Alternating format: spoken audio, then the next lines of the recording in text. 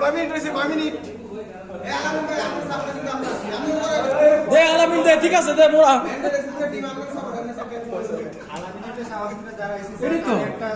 সাব্বাস দেওয়া দরকার। এটা নিয়ে তারা সাহস পায় না। আমার হিসাবে আলামিনটা দেওয়া দরকার প্রাইসটা, ফারুক আর না ফারুক। আলামিনের প্রাইস দেবেন, আলামিন অন্য অ্যাটেন্ডেন্ট